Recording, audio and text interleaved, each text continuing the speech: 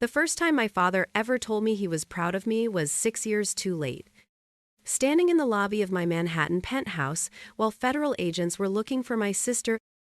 By then, the words meant absolutely nothing. If you've ever had someone in your family decide your future mattered less than someone else's dreams, then you'll probably understand exactly why I stared at him that night and felt nothing at all. My name is Ethan Walker. I'm 30 years old now, and 3 nights ago, my mother showed up crying outside my building with mascara running down her face, like grief had finally caught up to her. But to understand why my parents suddenly came back into my life, after nearly 6 years of silence, you need to understand what happened the night they sold my future for my sister's ambition. I grew up in Bellevue, Washington, in one of those quiet, upper-middle-class neighborhoods where every lawn looked professionally trimmed and every family pretended to be happier than they really were. From the outside, the Walkers looked perfect. My father, Richard, worked in commercial real estate. My mother, Denise, volunteered at charity galas and spent more time decorating the house than living in it. And my younger sister, Chloe was the center of the universe. She had the kind of effortless beauty people notice before she even speaks. Blonde hair, bright smile, designer clothes before high school. My parents treated her like an investment portfolio that was guaranteed to pay off someday. Me, I was dependable, quiet, the kid who never caused problems, the one teachers liked because I stayed invisible. By 16, I already understood the rules inside our house without anyone needing to explain them. Chloe received attention. I received expectations. Chloe got rewarded for potential. I got praised for being mature enough to understand. That phrase followed me my entire life. Ethan understands. Ethan doesn't need much. Ethan will be okay. It sounds harmless until you realize it becomes permission to slowly give everything you deserve to someone else. My grandparents had created 2 college funds when Chloe and I were kids. One for each of us. Nearly $120,000 each by the time I graduated high school. I remember seeing the statements once in my father's office drawer and feeling, for the first time in years, safe. Not excited. Not hopeful. Just safe. Like, maybe there was finally one thing in my life nobody could take away from me. I didn't know Chloe had already decided otherwise. The night everything changed started with my father asking me to come downstairs after dinner because the family needed to discuss an important financial decision. And the moment I walked into that dining room and saw the envelope sitting in front of my chair, I knew somehow my life was about to split into before and after. Chloe was already sitting at the table when I walked in, scrolling through her phone with one leg crossed over the other like none of this had anything to do with her. My mother stood near the kitchen counter pretending to wipe down a perfectly clean surface, which was always her tell whenever she did not want to look directly at me. My father remained seated at the head of the table, fingers folded together, expression calm in the way people get when they have already made a decision and no longer see discussion as necessary. The envelope in front of my chair was thick, cream-colored. My name written across the front in my father's sharp block handwriting. I remember staring at it longer than I should have because some part of me still believed maybe this was good news. Maybe they were finally going to help me. I had just been accepted into the University of Washington's computer science program 2 weeks earlier. I had worked for that acceptance every single day of high school, while Chloe changed majors twice before even graduating. "Sit down," my father said quietly. I pulled the chair out slowly. The sound scraped across the hardwood floor loud enough to make my mother flinch. Nobody spoke for several seconds. Then my father leaned back in his chair and said the sentence that changed everything. Your sister has an opportunity. I looked at Chloe. She finally glanced up from her phone, but only long enough to give me a small shrug. Like this conversation was inconvenient for her too. Northwest Law Academy reached out. My mother added carefully. They think Chloe would thrive there. Thrive. That word almost made me laugh. Chloe had spent most of college partying, bouncing between apartments, and posting filtered photos from rooftop bars in Seattle while I worked part-time repairing laptops to save money for textbooks. But none of that mattered in our house. Chloe was still potential. I was already categorized as survival. My father slid the envelope toward me. We reviewed the finances, he said. Law school is expensive. Effin. Chloe needs support right now. My stomach tightened. What does that have to do with me? Nobody answered immediately. And somehow the silence told me everything before the words even came. We decided to consolidate the college funds. My father finally said, "Consolidate." I repeated, "What does that mean?"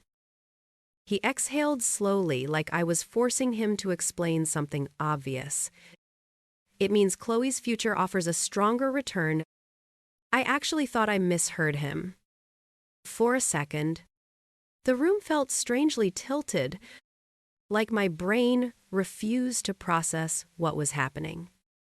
Then Chloe spoke, without even looking at me. "Come on, Ethan.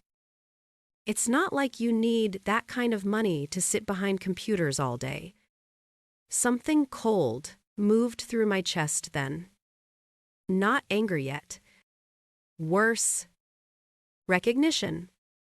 Because suddenly, every birthday, every ignored achievement, every quiet sacrifice I had made inside that family snapped into place all at once. I looked down at the envelope with my name on it and slowly opened it. Inside were 5 crisp $100 bills. Nothing else. No check. No explanation. Just $500 sitting in my lap where my future used to be. Then my father reached into his briefcase and pulled out a second document. And the moment I saw my forged signature printed across the bottom of the transfer authorization form, I realized they had already stolen everything before I even entered the room. I stared at the signature for so long, my father finally mistook my silence for surrender. "It was easier this way," he said calmly, sliding the paper closer like he was presenting mortgage terms instead of dismantling his son's future. My name sat at the bottom of the form in crooked blue ink that almost looked convincing if you did not know my handwriting the way I did. Except I did know it. Every curve was wrong. Every letter too rushed. My father had forged my signature himself, and somehow that hurt less than the fact my mother could not even look at me while he admitted it. She stood frozen beside the counter, with both hands wrapped around a coffee mug she was not drinking from, staring at the marble countertop like if she focused hard enough she could disappear into it. "You committed fraud," I said quietly. The words sounded strangely small in that giant kitchen. Chloe let out a sharp sigh and tossed her phone onto the table. "Oh my God. Ethan, can you stop being dramatic for 1 second? Dramatic."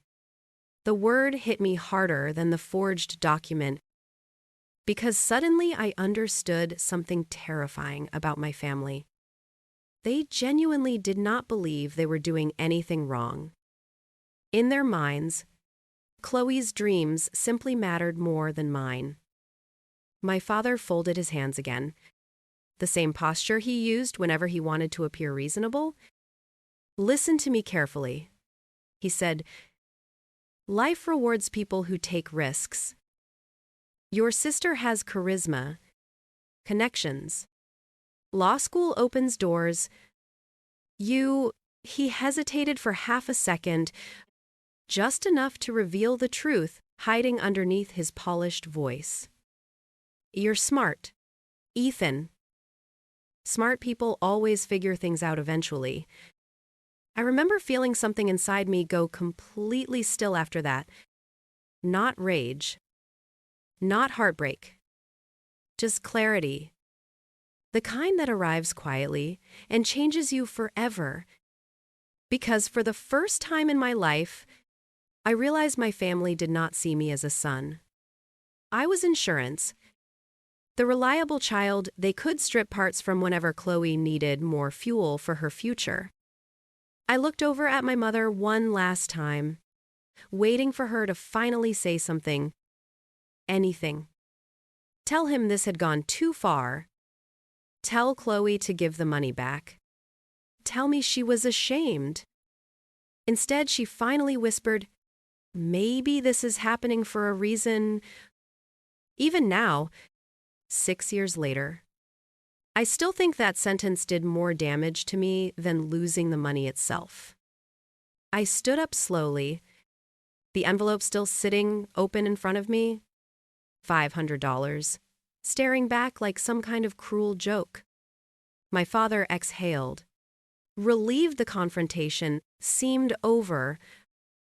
You'll understand someday, he said. But then Chloe smiled faintly and muttered something under her breath that changed everything. At least now Dad does not have to tell him about Grandpa's condition. The room went silent. I turned toward her immediately. What condition? Chloe's face drained of color the second she realized she had said it out loud. My father stood up so fast, his chair slammed backward into the wall. And in that moment, I knew there was something else they had been hiding from me all along.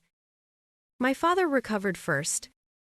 He straightened his tie with shaking fingers and looked directly at Chloe in a way that made it painfully obvious this conversation had already happened before without me. Enough, he said sharply.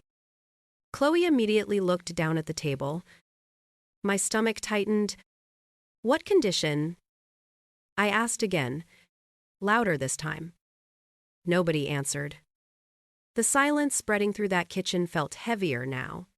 Toxic, somehow, like the walls themselves had been holding secrets for years.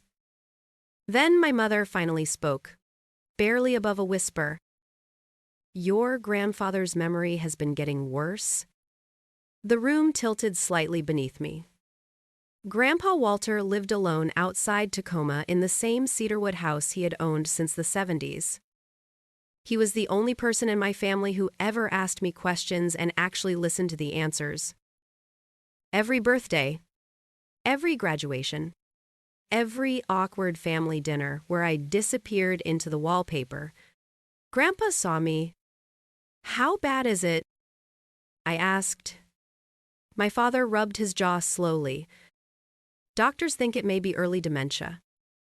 The words hit me harder than I expected, because suddenly dozens of missed calls and canceled visits over the last year rearranged themselves in my mind into something darker. Why didn't anyone tell me? My mother opened her mouth, but Chloe answered first. Because you were busy acting like the victim all the time. I turned toward her so fast, even she looked startled by the anger on my face. You stole my future. No. Chloe snapped back, standing now too. Dad made a smart decision. You just can't stand that for once someone invested in the person actually capable of succeeding. My father stepped between us immediately. Not because he was protecting me, but because Chloe had started crying. That detail stayed with me. Even then, even after everything, my father still instinctively moved toward her pain first. Enough, he repeated. This family has sacrificed enough already.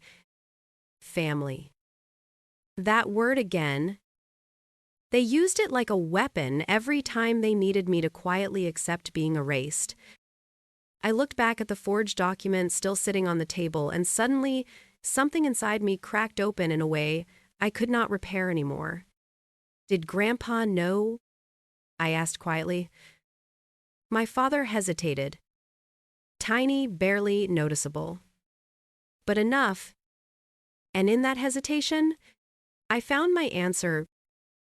You hid this from him, I said. Nobody denied it. My chest felt hollow now, like all the oxygen had been pulled from the room. I grabbed the envelope with the $500 and shoved it into my jacket pocket. My mother finally stepped forward then, panic flashing across her face. Ethan, please do not make this bigger than it already is. Bigger. As if my future had simply become an inconvenience for them to manage. I looked around the kitchen one last time. The marble counters. The expensive chandelier. The family photos lining the hallway where Chloe smiled in every frame while I stood half hidden at the edges, like an afterthought. And for the first time in my life, I realized something terrifying. If I stayed in this house, they would slowly convince me I deserved every single thing they had done. I walked upstairs without another word and pulled an old duffel bag from the back of my closet. Downstairs. I could already hear my parents arguing in hushed voices while Chloe cried dramatically about me ruining everything. Then my phone buzzed on the bed beside me. A text message from Grandpa Walter. 3 words. Do not leave. I stared at the message for several seconds, rereading the words over and over while voices drifted upstairs from the kitchen below. Do not leave. That was all Grandpa had written. No explanation. No punctuation. Somehow that made it worse. My grandfather hated texting. Half the time he accidentally used voice-to-text and sent messages that barely made sense. But this one was clear. Intentional. Like he knew something I did not. I called him immediately. Straight to voicemail. I tried again. Nothing. Downstairs. Chloe's crying had turned louder now, mixed with my father's low, frustrated voice and my mother trying desperately to smooth everything over the way she always did. I sat on the edge of my bed, staring around the room I had lived in for 18 years. The shelves I built myself because my father promised for 3 summers he would help me. The second-hand desk Grandpa found at a garage sale and refinished with me in his workshop. The faded baseball glove sitting untouched in the corner from the one season my father actually attended my games before Chloe started cheer competitions and became more socially important.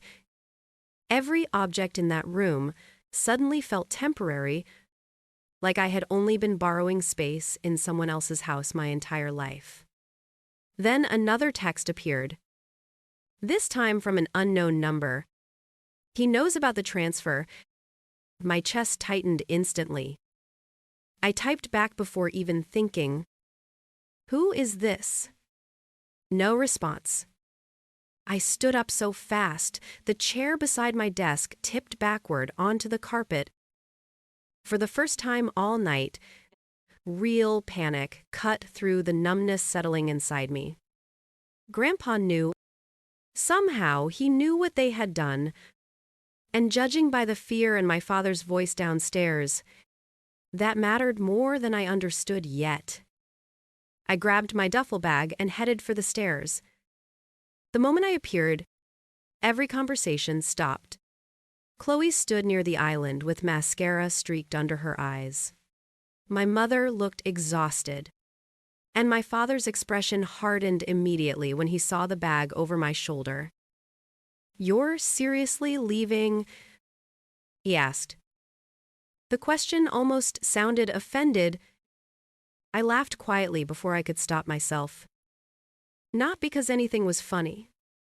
because suddenly the entire situation felt unreal. You forged my signature and stole my college fund, I said. What exactly did you think was going to happen? My mother stepped toward me quickly. Ethan, please. Your father was trying to protect this family. No, I said softly. He was protecting Chloe. The room went still again. Even Chloe looked shaken, hearing someone finally say it out loud. My father's jaw tightened. You are being emotional. There it was. The sentence every powerful person uses the moment truth becomes inconvenient. I reached for the front door. Then my father said something that stopped me cold. If you walk out tonight, do not expect to come back. The words hung in the air like smoke after a fire. My mother gasped quietly. Chloe looked away. And deep down, I think all of them expected me to apologize twofold, to become the reliable, invisible son one more time. Instead, I opened the front door and stepped out into the cold October rain. But before I could even reach my car, headlights swung hard into the driveway behind me. A black sedan pulled to a stop. The driver's door opened slowly. And when Grandpa Walter stepped out holding a thick manila folder against his chest, my father's face turned completely white. Rain hammered against the driveway, hard enough to blur the streetlights into pale streaks across the pavement. Grandpa Walter stood beside the black sedan, gripping the manila folder tightly against his chest, while my father froze in the doorway behind me, like someone had just dragged a secret into daylight. For a moment, nobody moved. Even Chloe stopped crying. Grandpa looked older than the last time I had seen him 2 months earlier. Thinner, too. His silver hair clung damply to his forehead from the rain, but his eyes were sharp, focused. Nothing like the confused, fragile version my parents had described upstairs. He looked directly at me first. You leaving? He asked quietly. I tightened my grip on the duffel bag strap. I think I already left a long time ago. Something painful crossed his face at that. Then he turned toward my father. The shift in energy was immediate. Richard Walker had spent my entire life dominating every room he entered, but standing there beneath the porch light with Grandpa staring at him, he suddenly looked smaller somehow. Nervous. Dad, my father said carefully, forcing calm into his voice. You should not be driving this late. Grandpa ignored him completely. Did you really forge his signature? He asked. No anga, no yelling. Somehow that made it infinitely worse. My mother covered her mouth immediately. Chloe stepped backward into the kitchen shadows. My father straightened slightly, slipping back into the polished corporate tone he used whenever he wanted control back. We made a financial decision for the family. Grandpa laughed once under his breath. Not amusement. Disappointment. Deep and tired. Funny, he said, because that money never belonged to your family. Silence. Complete silence. I looked between them, trying to understand what he meant. My father's face changed instantly. Barely noticeable to anyone else, maybe, but I saw it. Panic. Real panic. Grandpa slowly walked past me into the house without asking permission. Water dripped from his coat onto the hardwood floor while my mother rushed instinctively for towels. Desperate to fix something, anything. Grandpa placed the manila folder onto the dining table beside the forged transfer papers. I was going to wait until next year, he said quietly. But clearly that is no longer possible. My father stepped forward immediately. Dad, this is not the time. Grandpa looked up sharply. No, the problem is that you already decided the timing for everyone else. Then he opened the folder. Inside were copies of trust documents, account statements, legal letters. I recognized my own name printed across several pages. So did Chloe. Her face lost color almost instantly. What is this? I asked. Grandpa looked directly at me. 6 years ago, after your grandmother died, she changed her will. My mother sank slowly into one of the kitchen chairs, like her knees had stopped working. My father's voice hardened immediately. You had no right. Grandpa slammed his palm against the table, so suddenly everyone jumped. No right, he snapped. You stole from your own son. The room exploded into overlapping voices after that, Chloe crying again. My mother begging everyone to calm down, my father insisting none of this was necessary. But through all the noise, I noticed one thing that made my stomach twist. At the bottom of one document was a date. And according to the paperwork sitting in front of me, my parents had known about the trust fund nearly 8 months before they emptied my college account. The kitchen no longer felt like a home. It felt like a courtroom, seconds before a verdict. Rain slammed against the windows while the papers spread across the dining table like evidence nobody could explain away anymore. I stared at the dates again and again, trying to force my brain to reject what my eyes were seeing. 8 months. They had known for 8 months that Grandpa and Grandma created a separate trust in my name before they emptied my college account, which meant the transfer was never about desperation. They already knew Chloe would be financially protected eventually. They took my future anyway. Tell him the truth, Grandpa said, his voice low and shaking now, not with fear, but fury held back too long. My father looked exhausted suddenly, older than I had ever seen him. But even then, he still chose control over honesty. You are twisting the situation, he said sharply. The trust was not accessible yet. Grandpa laughed bitterly. So you decided to rob him. In the meantime, I was trying to keep this family together. My father exploded. The sound hit the room like shattered glass.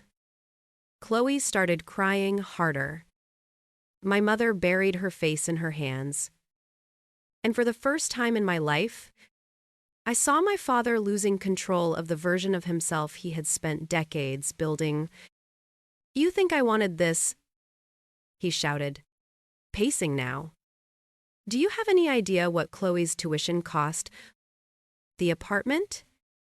The networking events? The internships? He pointed toward me suddenly. He was always going to survive.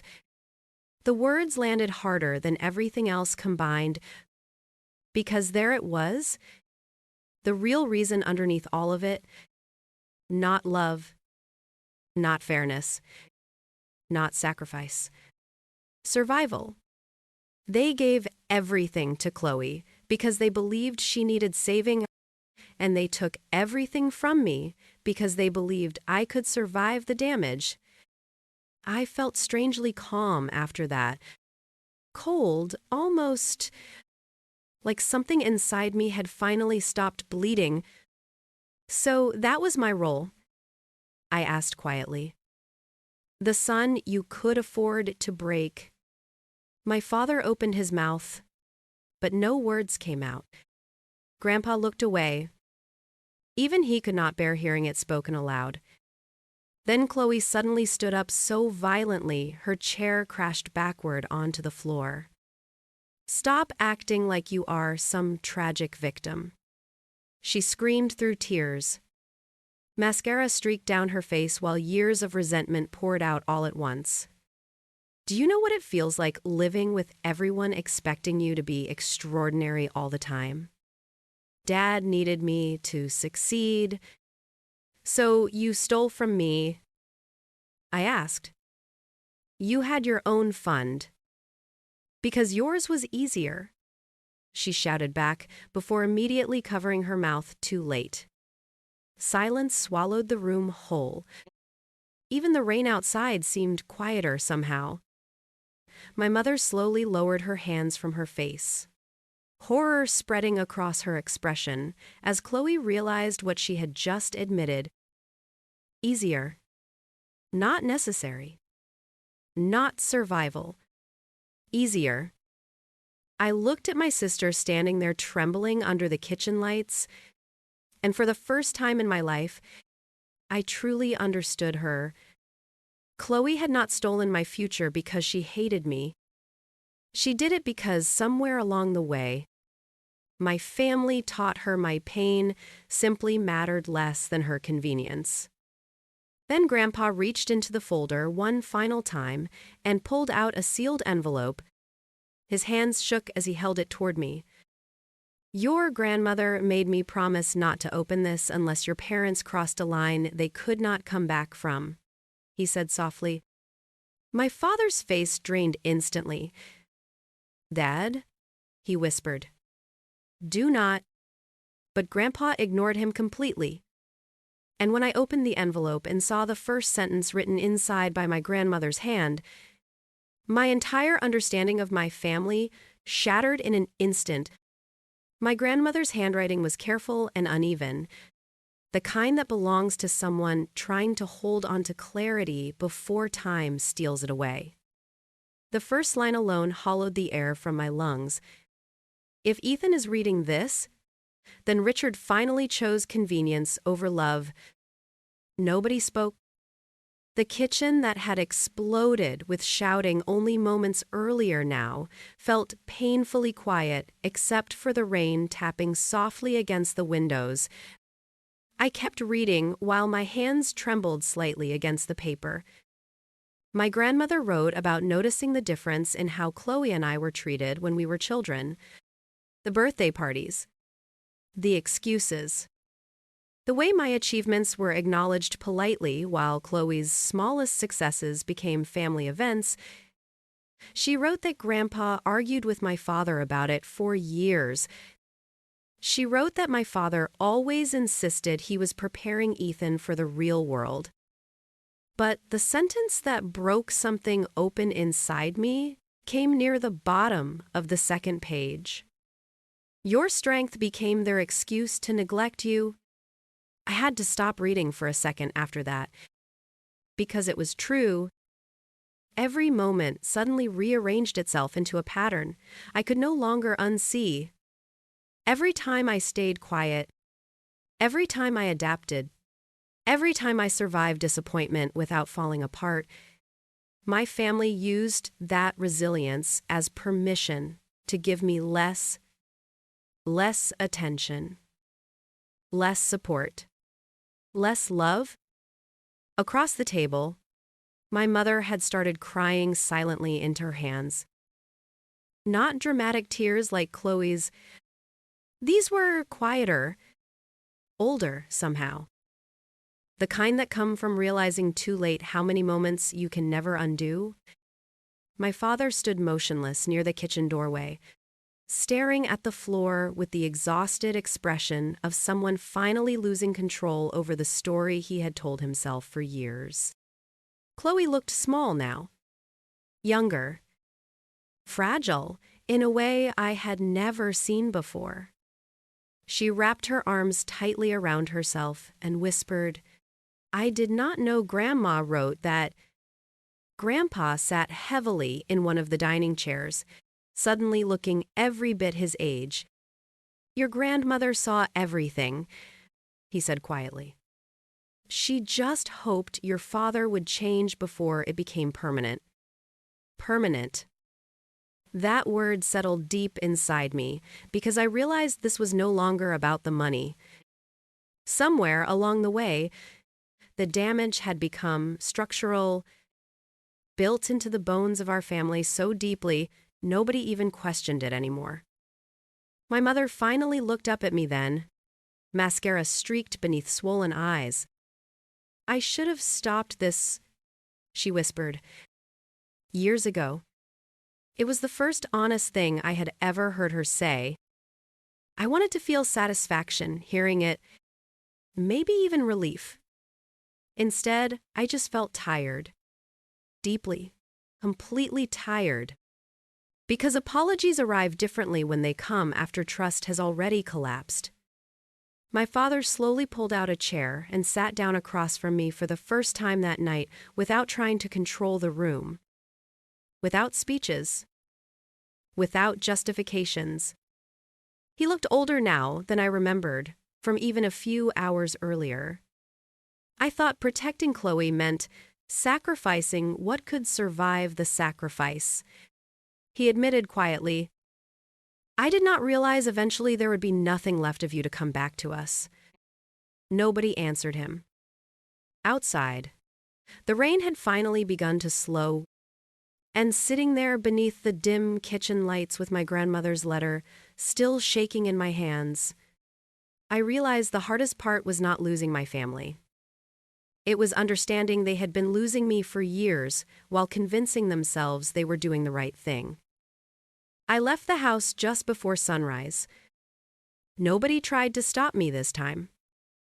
The storm had passed during the night, leaving the neighborhood strangely quiet, the sidewalks still wet beneath the pale gray morning sky.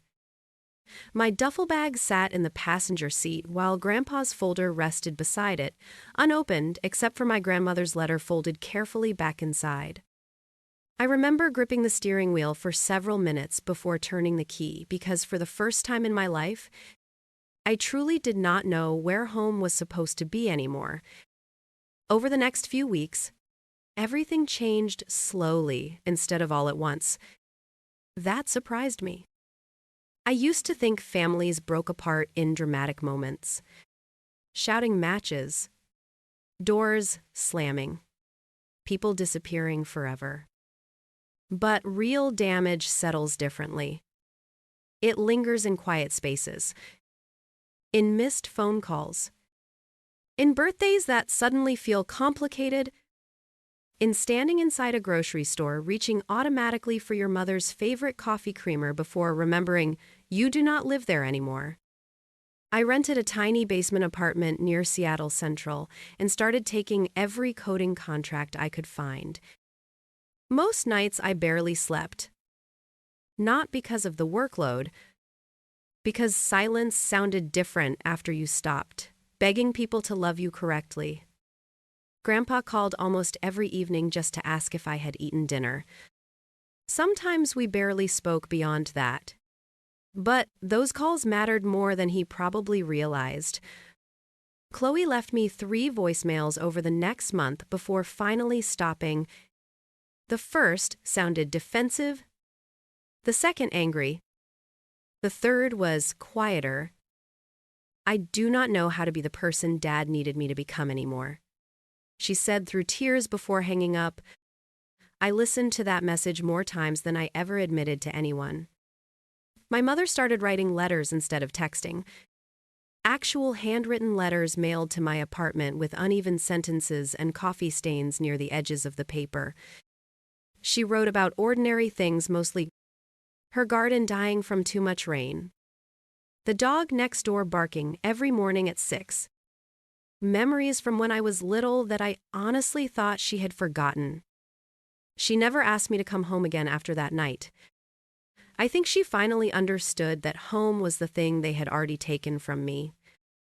My father did not contact me for nearly 8 months. Then one afternoon, I found a small package outside my apartment door. Inside was the original envelope with the $500 still inside untouched. But there was something else too. A short note written in his careful block handwriting. "You were never supposed to survive alone." I sat there on the edge of my apartment bed holding that note for a very long time. Because strangely enough, I finally believed him. He never intended for me to carry everything by myself. He just convinced himself I could. Years later, after my company finally succeeded and life became something steadier than survival, I drove back to that neighborhood one quiet Sunday morning. The house looked smaller than I remembered. Older? My father's hair had gone almost completely gray by then. Chloe was teaching at a public school in Tacoma after leaving law behind entirely. My mother hugged me at the front door and cried softly into my shoulder for a long time without saying a word. Some wounds heal cleanly. Others become part of you. I do not know if families like ours ever fully recover from the roles we assign each other too young. The strong one, the favorite one, the invisible one. But I do know this. Sometimes the people who seem easiest to disappoint are the ones carrying the heaviest weight in silence. And I still wonder how many people listening right now have sat at a table surrounded by family while quietly feeling completely alone,